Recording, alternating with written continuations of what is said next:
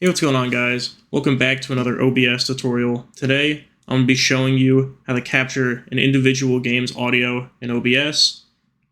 So, before we get started, I will ask, if you like these tutorials, please make sure to like and subscribe because it really helps these videos do well in the algorithm. Anyway, without further ado, what you're going to want to do, go into your sources and get one of these. Now, you can add your own by clicking this plus and then clicking Application Audio Capture, but I've already created one, so I'm just going to open it up.